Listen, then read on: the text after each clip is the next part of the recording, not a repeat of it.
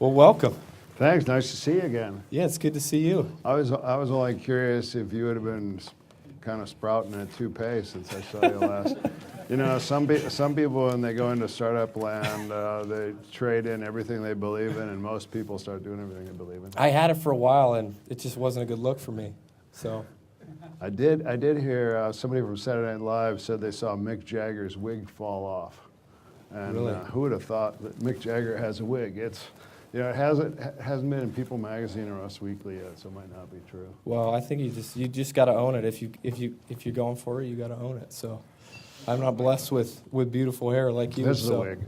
It's a wig. I didn't want to say it, but well, Bing, we'd like to start these out by just getting to know you a little bit. Tell us about where you grew up. Tell us about your family a little bit, and take us back.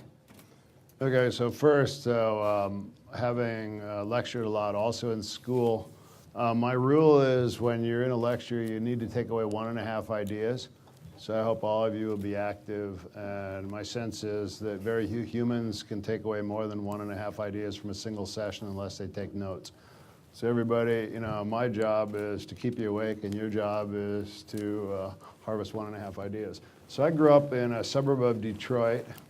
My father was first-generation Scotsman. His dad was a janitor. He was somebody who believed the grass is always greener and didn't have kind of context or resources.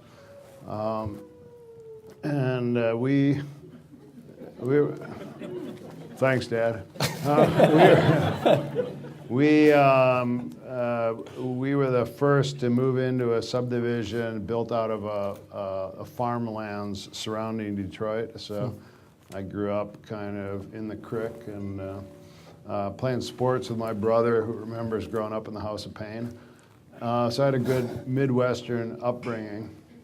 I didn't work in an office before going to Stanford Business School, but I did think I was a pretty damn good teenage caddy. Yeah, were you? Good golfer or just caddy? No, I'm not a good golfer. I got to be a pretty good video game golfer, which I think is far superior to real golf. Time management, being able to manage your own click pressure. For any of you who are designing, I assert that humans all have their own click pressure, and if you want to see what their sought-after metabolism is and how fast they move through stuff, give them a remote control clicker. And it's the third thing you want in a compatible couple. The first is sex, the second is it's either smell or combined interest, and the third is click speed on the remote control. If you both have the same click speed, you're in trouble. Where did this interview go right now? Time management. Video game golf. 2 more days of I love it. Tell me, you didn't play golf, but you did play sports, right? You played hockey? I played hockey and lacrosse up to university level, and then played both kind of for most of my adult life. My self-image coming out of Michigan was a jock, and I went to Yale, and I realized 20 years later, I hated it, but I realized 20 years later that going to a place with a diversity of achieving people is kind of a gift. Huh. Why did you hate it? You hated Yale? I mean, you've done a lot for Yale, so. People were so unhappy at Yale in the 70s. I wanted to be a Californian, and around here, if you live in Palo Alto or even you come in here, you make eye contact, you smile politely, even if you don't like them that much. Not all the way to Hollywood smile, but you make eye contact and you're open to people because it's sunny and we're all beautiful and we're all smart and we like each other and we're in a win-win economy. And in New England, people wear beards, they look at the ground, they define themselves on who their parents are. The weather sucks. It's a great place to play hockey.